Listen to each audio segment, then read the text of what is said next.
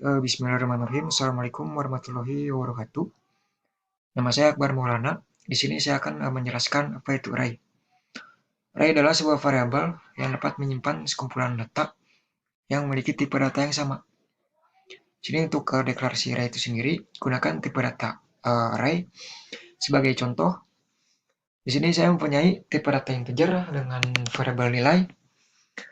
Kemudian di sini saya mempunyai array dengan panjang indeksnya 5 gitu. Kemudian di sini untuk menuliskan nilai dari masing-masing indeksnya itu sendiri, di sini gunakan kurung kurawal buka dan kurung kurawal tutup. Kemudian kita isikan nilai dari masing-masing indeksnya. Di sini ada 20. Jangan lupa dipisahkan dengan koma. Ada 20, 50, 60, 10, dan 50 gitu. Kemudian di sini array selalu dimulai dari indeks ke 0. Maksudnya di sini saya mempunyai 5 indeks array ya. Nah, di sini karena array selalu dimulai dari indeks ke 0, berarti di sini dimulai dari 0, 1, 2, 3, dan 4. Maksudnya di sini indeks ke 0-nya ada 20, indeks ke 1-nya 50, indeks ke 2-nya 60, indeks ke 3-nya 10, kemudian indeks keempatnya ada 50. Nah, di sini untuk lebih jelasnya lagi, kita langsung masuk atau kita langsung contohkan saja di programnya. Kemudian di sini buka Dev C++. Saya di sini menggunakan aplikasi Dev C++ untuk menuliskan sebuah kode program dari C++ itu sendiri. Di sini teman-teman bebasnya bisa menggunakan aplikasi apa aja asalkan support dengan bahasa program dari bahasa C++ gitu.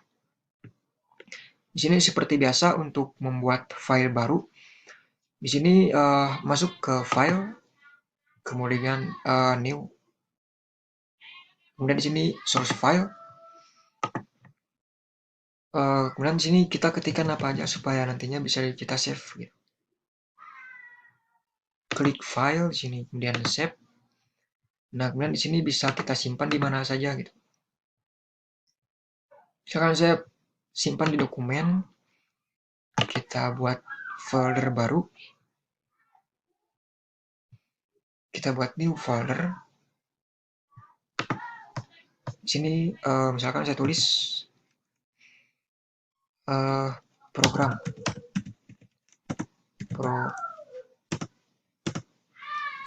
array. Kita buka di sini, kita beri nama. Misalkan contoh 1.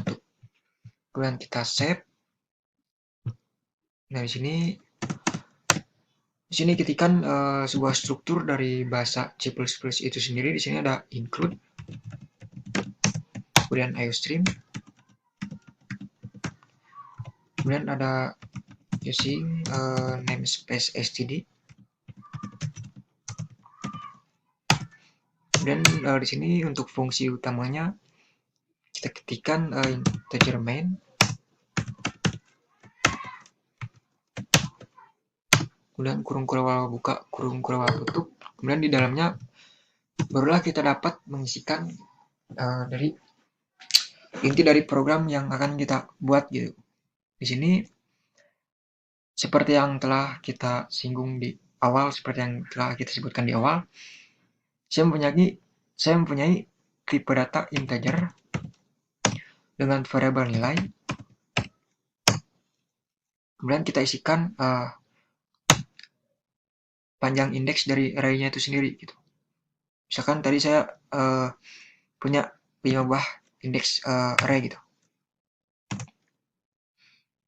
Kemudian kita isikan dari masing-masing indeksnya dengan nilai. Misalkan di sini saya ketikkan nilai 20, pisahkan dengan koma, 20, 90, 34, 23, dan 43. Oke, jangan lupa di sini pisahkan dengan koma. titik koma atau kita beri titik koma sebagai penanda akhir dari baris program. Nah, kemudian di sini bisa kita panggil dari masing-masing nilai yang ada di sini gitu. Di sini bisa kita ketikkan dengan cout dengan tuliskan nama variabelnya. Sekarang nama variabelnya di sini karena saya menuliskan variabelnya dengan nilai, berarti di sini kita ketikkan nilai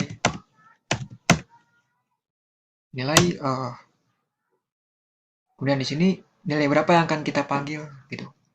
Misalkan di sini saya panggil nilai 90 gitu, karena array itu dimulai dari indeks ke 0, maka di sini saya isikan 1 gitu, karena dimulai dari 0, jadi 0, 1, 2, 3, 4 gitu.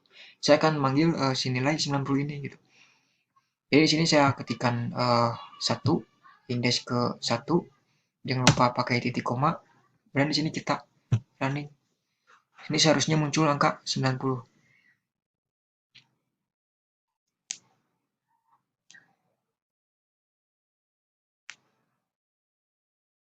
Nah, di sini keluar ya angka 90 ini. Dan kemudian di sini bisa kita tulis di sini untuk memperjelas. Di sini masukkan atau nilai yang dipanggil.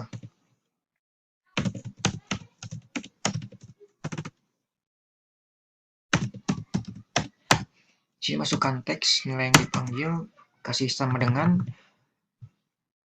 kemudian bisa kita running kembali.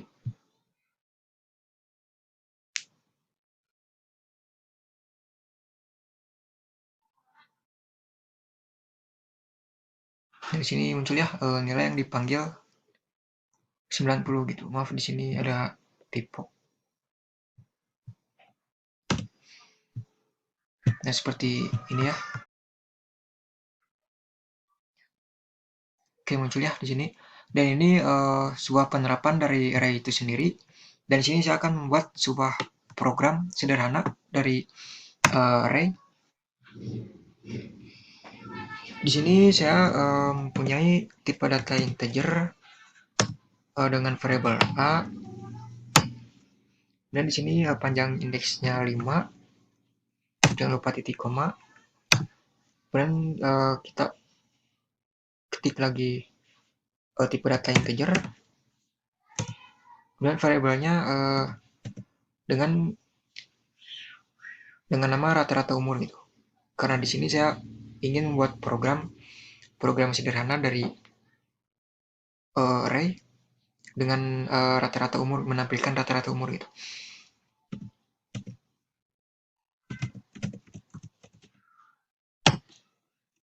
Kemudian di sini cout kan.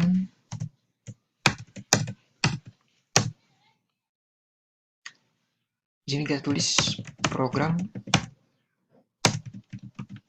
sederhana menghitung umur.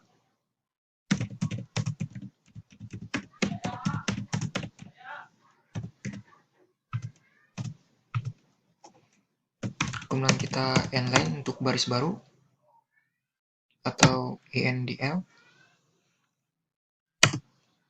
Kemudian kita cout kan kembali. Di sini masukkan umur ke 1 gitu.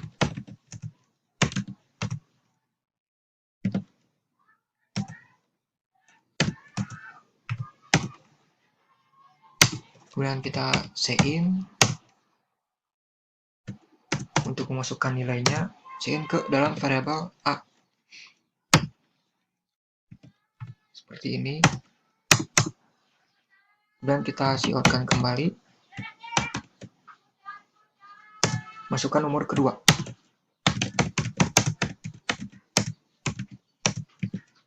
Seperti ini. Lalu kita cin kan.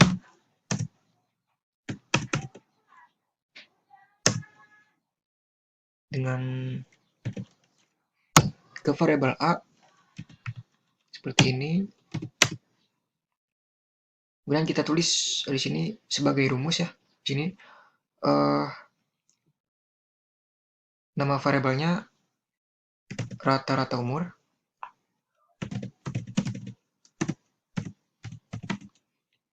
Sesuai dengan ini ya. Kemudian di sini kasih sama dengan di dalam kurung ini kita kasih variabel a gitu dengan dari indeks ke 1. Kemudian di sini kita gunakan operator plus a seperti ini.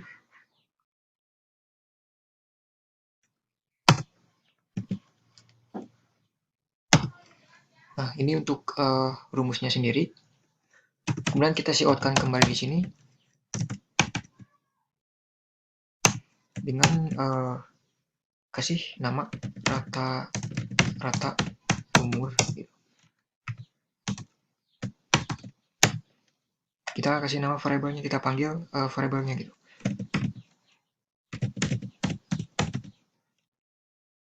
Seperti ini. Kemudian kita running. Kita jalankan programnya. Oops, sorry, ada yang tipu.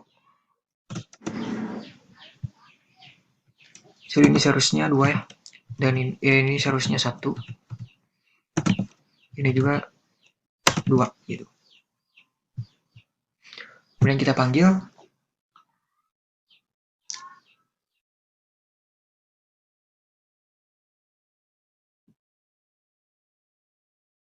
Sini masukkan umur ke 1, misalkan 12, umur keduanya 12. Nah, di sini rata-rata umurnya 12 gitu. Nah, ini untuk program sederhana dari penerapan array.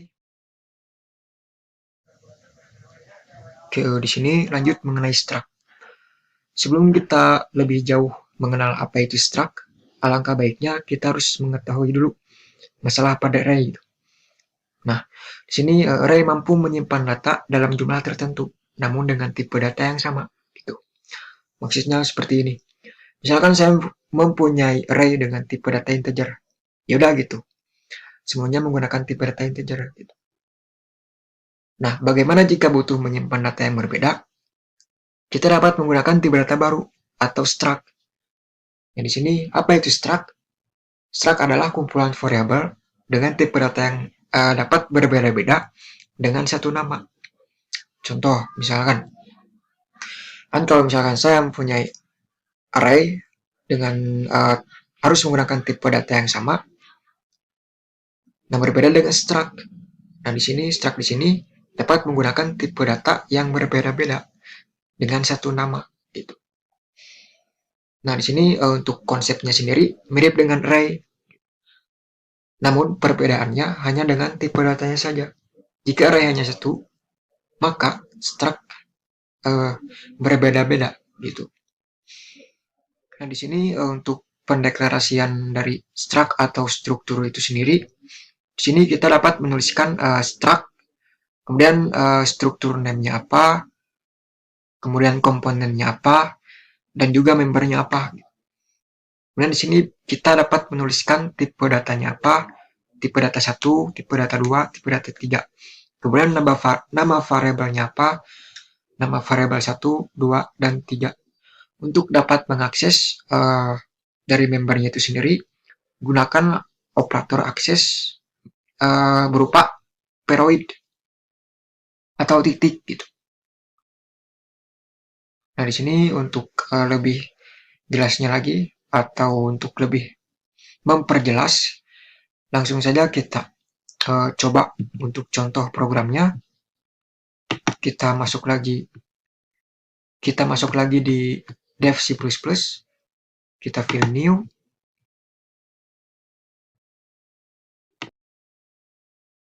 Di sini seperti biasa kita ketikkan apa aja supaya nantinya bisa di save. Nah, di sini kita beri nama latihan 1.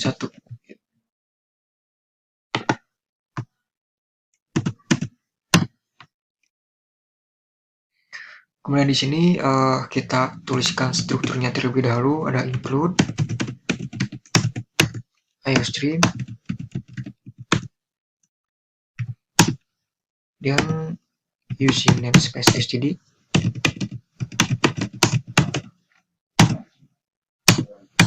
Nah, di sini kita dapat menuliskan seperti yang telah saya jelaskan di awal. Di sini kita tuliskan struct terlebih dahulu.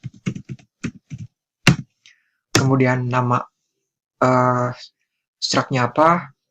Misalkan di sini mahasiswa.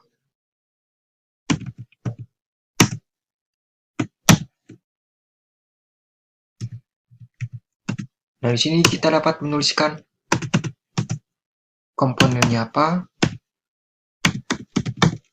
dan juga membernya apa.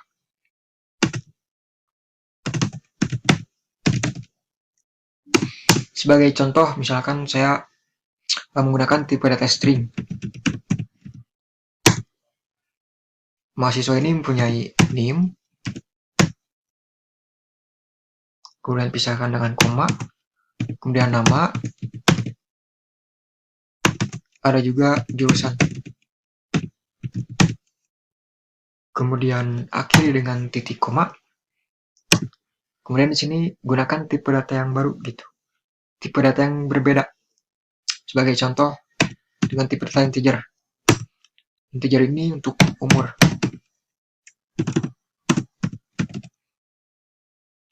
Seperti ini. Kemudian di dalam fungsi utama, di dalam fungsi integer main,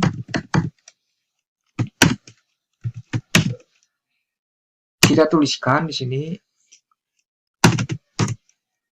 tipe datanya apa,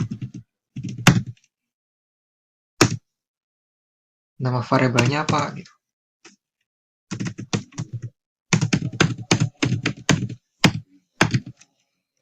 Nah, di sini tipe datanya mahasiswa.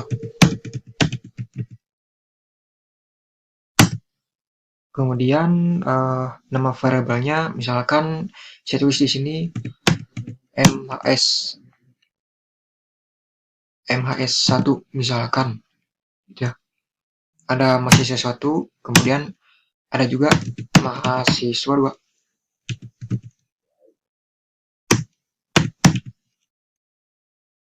Seperti ini gitu. Kemudian di sini untuk mengakses membernya gunakan titik seperti yang telah kita bahas sebelumnya. Di sini sebagai contoh kita tuliskan MHS titik. Di sini apa? Di sini ada nim ya. Kita ketikkan di sini nim.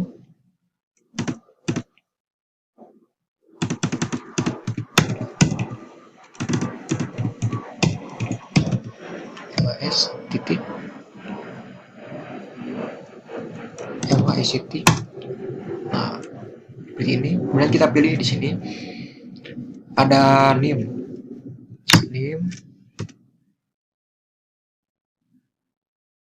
Kemudian kita isi name-nya berapa, karena ini tipe datanya string, maka di sini gunakan petik gitu. Name-nya misalkan di sini D1120111045. Kemudian MHS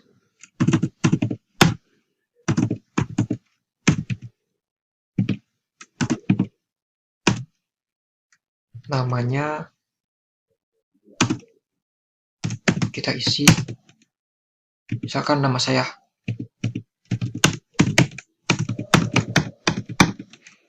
Barmaulana.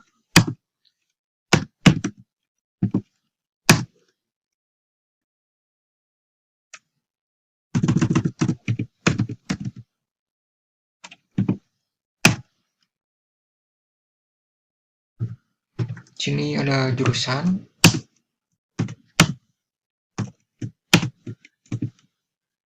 Informatika.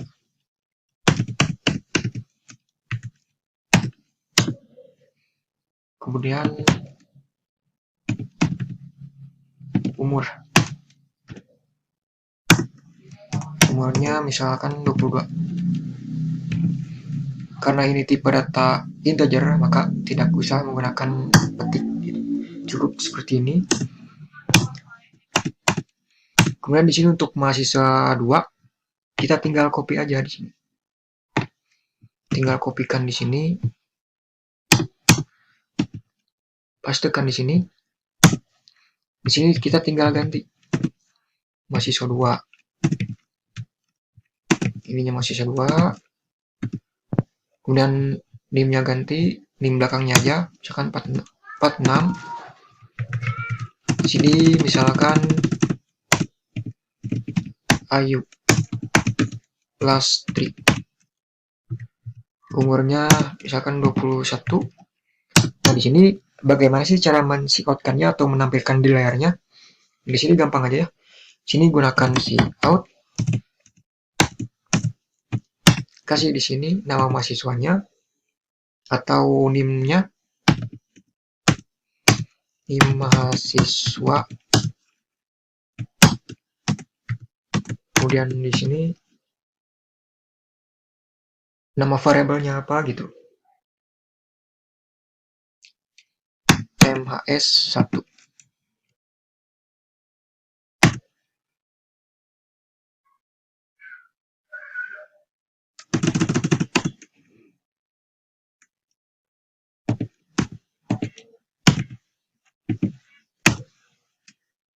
Sini ada NIM dan lain untuk baris baru. Kemudian NDL untuk baris baru. Dan di sini kita bisa kopikan saja supaya cepat. Kita copy di sini sebanyak 4 kali. Sini ada NIM, nama,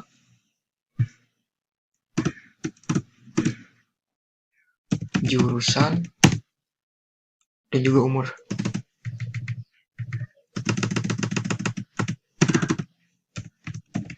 Ini juga bisa kita ganti.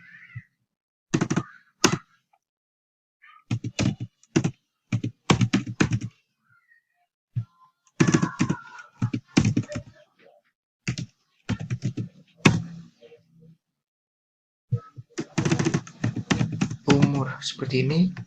Kemudian kita running. Oke,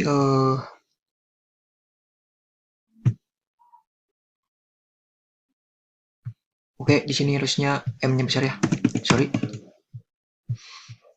Oke, ini harusnya M-nya besar. Ini harusnya U-nya kecil.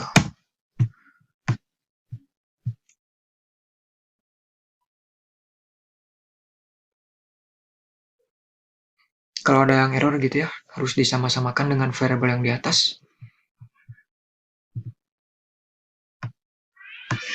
Nah, di sini muncul ya, misalkan di sini nama mahasiswanya atau NIM-nya, di sini nama mahasiswanya siapa, jurusannya apa, kemudian umurnya berapa gitu.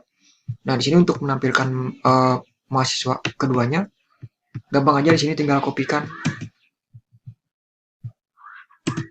Di sini tinggal ganti mahasiswa 2 gitu.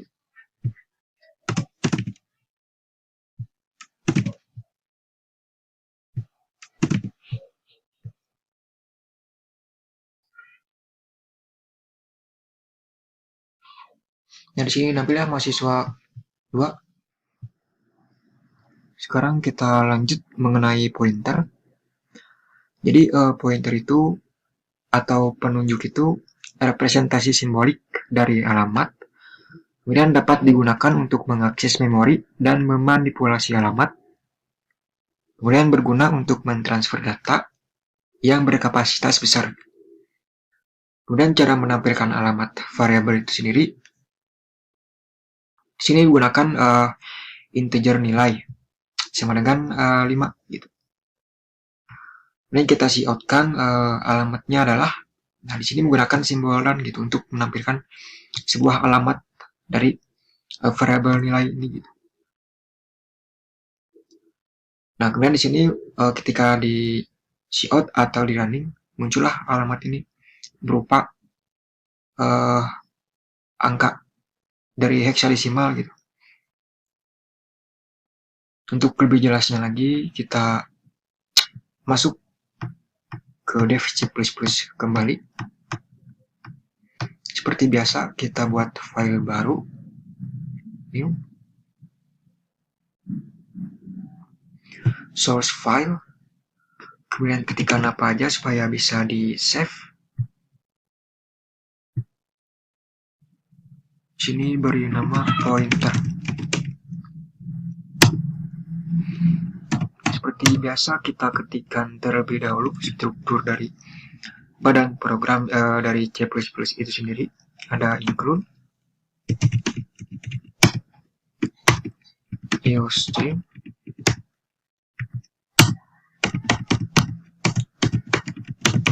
namespace std, kemudian kita ketikkan fungsi utamanya. Nah, di sini kita tulis nama tipe datanya apa. Misalkan di sini saya ketikkan tipe data string. Kemudian nama. Nah, di sini ya kita isikan namanya. Misalkan nama saya Akbar Maulana.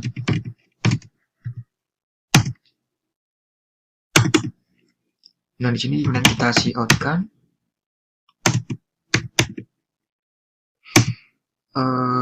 variabel nama.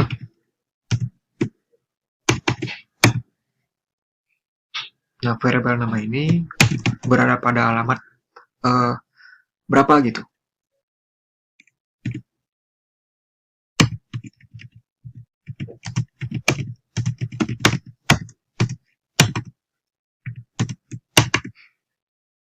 Nah, di sini untuk menampilkannya menggunakan simbol dan seperti ini. Kemudian tulis nama variabelnya. Nama seperti ini. Kemudian inline. Nah, untuk cara menampilkannya atau cara ngerunningnya, kita gampang aja, kita seperti biasa compile and run.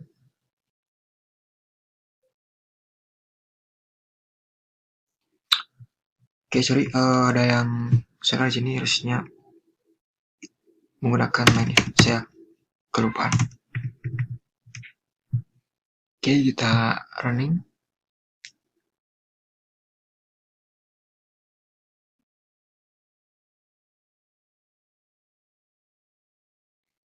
Nah, jadi di sini Akbar Maulana ini berada pada alamat 0x6FFE00 seperti ini gitu. Ini untuk menampilkan alamat dari sebuah variabel atau nilai variabel gitu. Nah, kemudian di sini kita juga dapat memanipulasi data atau memanipulasi nilai dengan pointer. Sebagai contoh,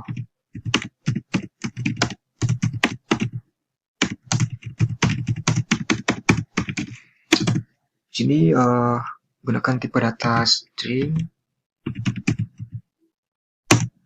kemudian ptr nama sama dengan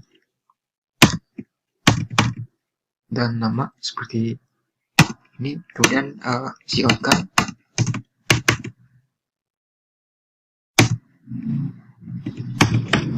nilai pada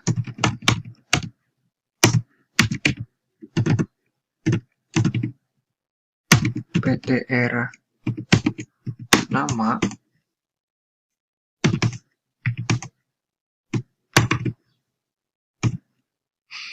sini menggunakan bintang nama variabelnya,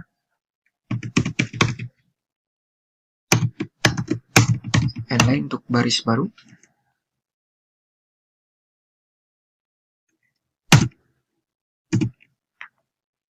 kemudian bisa kita rubah dengan kasih bintang ptr nama. Sini namanya menjadi misalkan Aris Setiawan.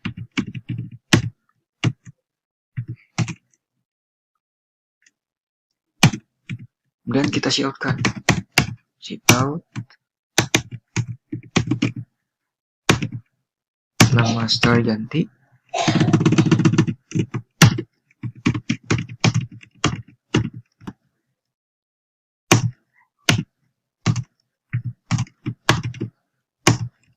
kemudian kasih nama variabelnya, tulis nama variabelnya, kemudian endline. Nah, kita running.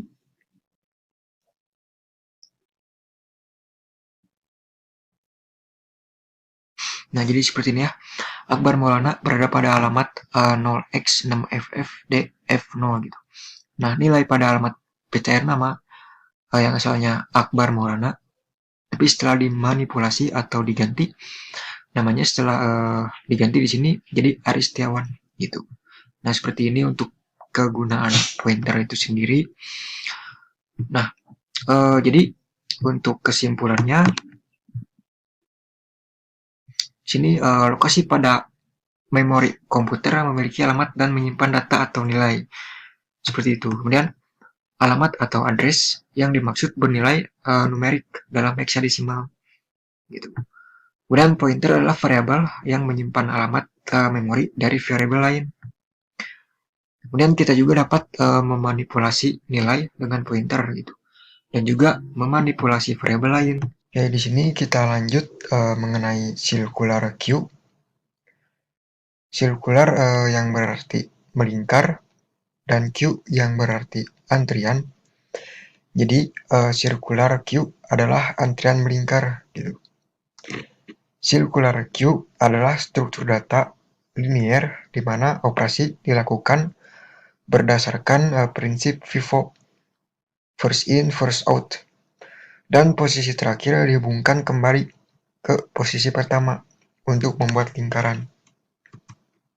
Kemudian di sini untuk operasi circular queue itu sendiri ada create, enqueue, kemudian isFull dan isEmpty, dan dequeue.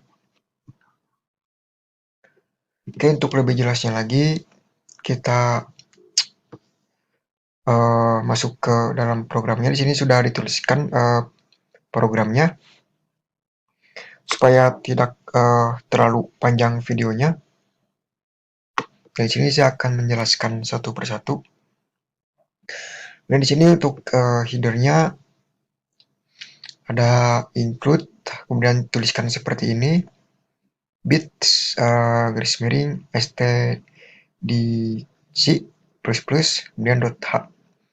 Kemudian seperti biasa gunakan using namespace std. Kemudian di sini kita bisa membuat struktur dari queue itu sendiri. Tuliskan nama struknya, kemudian nama variabelnya, misalkan di sini queue.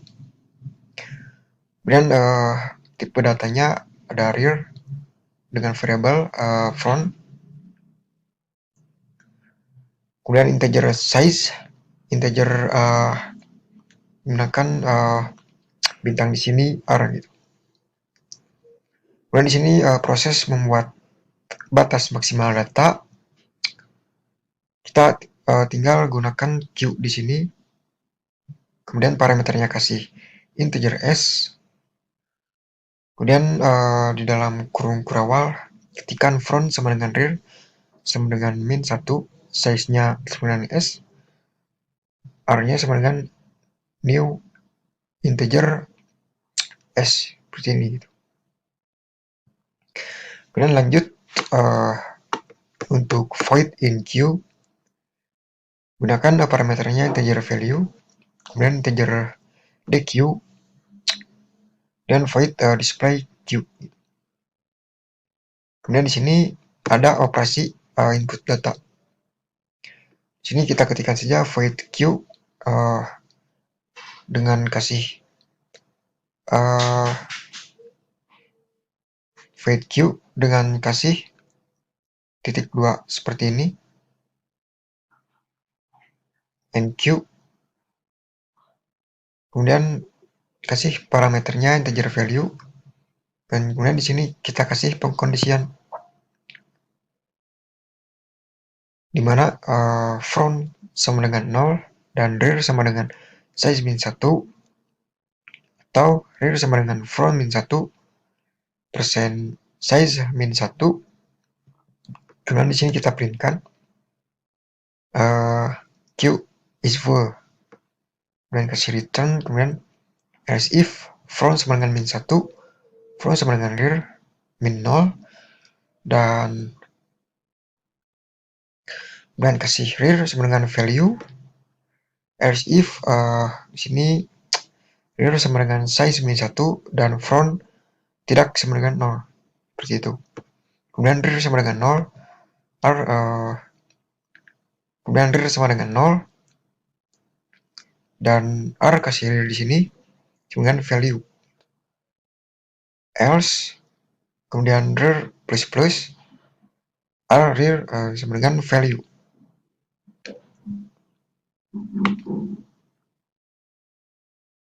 Dan di sini untuk operasi delete data ada pengkondisian juga di mana front sama dengan min 1 dan printkan Q is empty. Kemudian di sini integer data sama dengan untuk operasi delete data. Di sini sama aja menggunakan pengkondisian juga seperti ini, di mana front sama dengan min 1, kemudian printkan NQ is empty. Kemudian kasih pengkondisian juga di sini front sama dengan rear, front sama dengan min 1, rear sama dengan min 1, kemudian kasih else, kemudian kasih else if front sama dengan size min 1 gitu. Dan di sini untuk menampilkan datanya menggunakan if front sama dengan min 1, print NQ is empty, kemudian print element in circular Q, kemudian if rear lebih besar sama dengan front, maka for integer I sama dengan front, I lebih kecil sama dengan rear, kemudian I plus gitu. Print, kemudian di sini print %d gunakan R dalam kurung I di sini. Kemudian else gunakan di sini for integer I sama dengan front, I lebih kecil dari size, maka I plus gitu. Kemudian print %d, R gitu. Kemudian for integer I sama dengan 0, I lebih kecil dari rear, maka I-nya ini diinkrementkan. Kemudian print %d, kasih R di sini, kemudian kasih I seperti ini gitu. Kemudian di sini untuk fungsi utamanya, di mana untuk menentukan batas maksimal data yang bisa diinput, di sini adalah Q, key dalam kurung 5, kemudian untuk menginput datanya menggunakan titik seperti ini, key titik NQ dalam kurung 14, begitupun seterusnya, ada 22, 13, kemudian min 6. Kemudian untuk menampilkan data, Q. Kemudian untuk menampilkan data, gunakan key kembali dengan titik display Q, kemudian kasih seperti ini gitu. Dan di sini untuk menampilkan delete data atau hapus data yang pertama di input, gunakan print delete value, kemudian kasih di sini Q titik dq, kemudian print delete, kemudian di sini gunakan print, kemudian delete value, kemudian kita ketikkan lagi Q titik dq gitu. Kemudian Q display Q, dan ketikan seperti ini untuk menampilkannya Q and Q dalam kurung 9 dan 20 dan juga 5. Kemudian Q display Q, kemudian key display Q dan key and Q, kasih parameternya 20, kemudian return 0 di sini. Kemudian ketika kita running,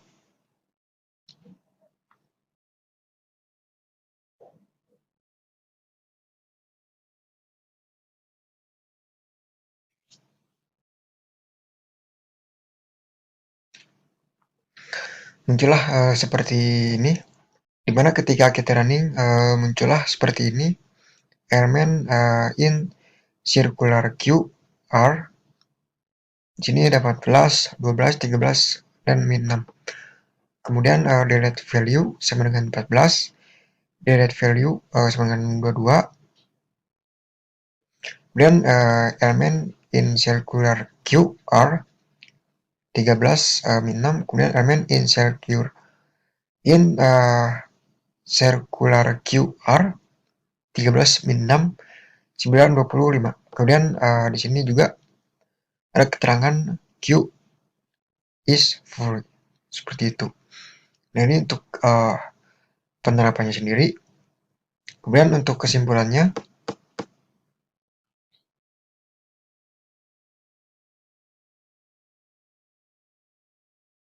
jadi antrian atau queue adalah sebuah bentuk struktur yang berdasarkan pada proses FIFO atau first in first out. Dan contoh antrian queue bisa kita temukan di kehidupan sehari-hari, seperti antrian masuk jalan tol dan loket antrian. Dan pengoperasian antrian queue berbagai macam seperti create, enqueue, dequeue, is empty, is full, tampil, clear, dan lain sebagainya. Dan antrian dapat diimplementasikan dengan menggunakan array atau linked list. Dengan pemahaman di atas, kita dapat memahami pengertian penggunaan, pengoperasian, serta implementasi dari struktur data antrian queue. Kita pun bisa membantu atau kita pun bisa membuat program dengan struktur data tersebut, seperti itu. Oke, ini untuk circular queue. Oke, ini merupakan materi terakhir dari pembelajaran kita, yaitu mengenai circular queue dengan linked list. Circular queue atau bisa disebut juga antrian melingkar adalah salah satu jenis queue dengan karakteristik model antrian yang kedua ujungnya terhubung, yaitu setelah data terakhir adalah data paling awal, dan sebaliknya sebelum data paling awal adalah data yang paling belakang gitu. Kemudian prinsip circular queue adalah FIFO, first in, first out. Maksudnya elemen pertama yang masuk akan keluar pertama juga. Kemudian di circular queue F tidak selalu lebih kecil lah sama dengan R. Setelah R dan F sampai ke N-1, maka tidak direset tetapi melingkar ke 0. Kemudian circular queue menggunakan fungsi counter. Counter di sini merupakan jumlah pengantri yang ada dalam antrian. Pada proses awal, counter sama dengan 0. Pada proses insert, counter plus. Kemudian pada proses delete, counter min. Di sini untuk proses circular queue, awal inisialisasi, kemudian insert, sip, masuk, simpan, dan tulis. Kemudian delete, hapus, keluar, ambil, dan layani. Oke, langsung saja kita ke programnya. Dan seperti biasa, di sini sudah ditulis ya untuk contoh programnya supaya tidak memakan waktu lama. Di sini jadi untuk yang pertama kita seperti biasa. Oke, di sini seperti biasa gunakan struct dengan variable node, dan kasih tipe data integer, kemudian dengan variable data, kemudian struct node kasih bintang, kemudian link. Kemudian di sini kasih struktur queue, struct dengan node, dengan bintang front dan juga bintang rear. Dan untuk fungsi untuk membuat circular queue, di sini gunakan void enq, queue bintang key dengan integer value, struct node temp sama dengan new node, temp data sama dengan value. Sini menggunakan pengkondisian key dengan front sama dengan null, key front sama dengan temp.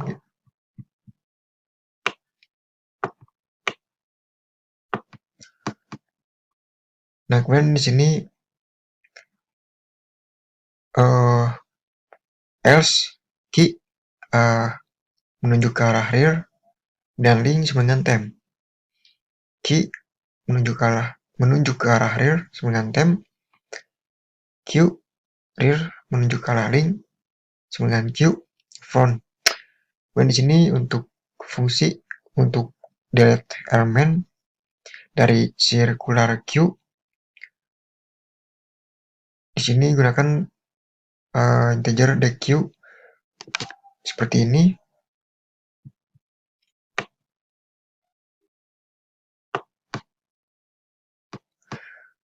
Kemudian if q menuju ke arah front sama dengan null, kemudian di sini print q is empty, kemudian return in min.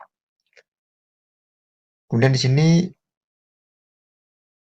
if this is the last node to be deleted, dari sini gunakan integer value, gunakan if kembali dengan q front sama dengan q rear, kemudian value-nya kemudian key front menuju ke arah data, kemudian key front sama dengan null, key rear sama dengan null.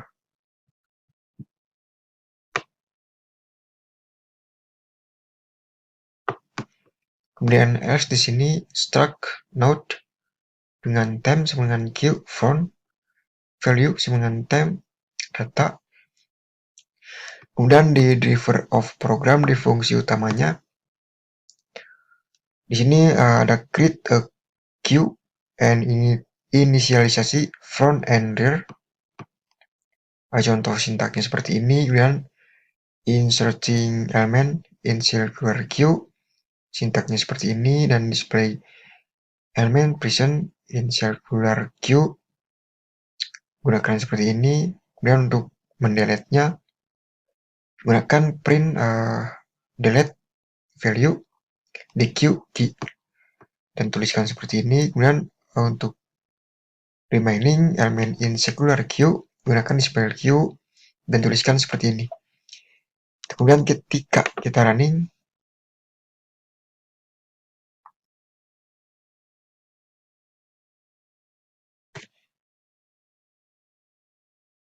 nah kemudian ketika kita running, outputnya seperti ini gitu, dapat dilihat.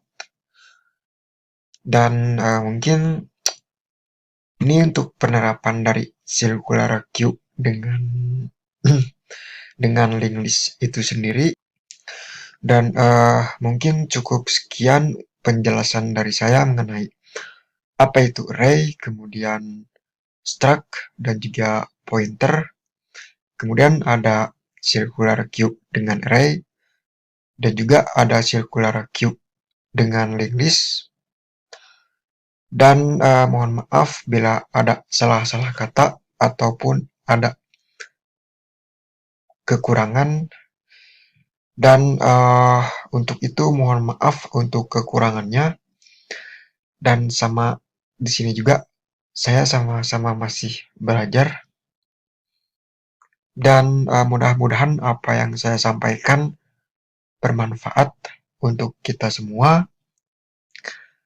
Dan dari saya cukup sekian. Wabillahi taufik wal hidayah. Wassalamualaikum warahmatullahi wabarakatuh.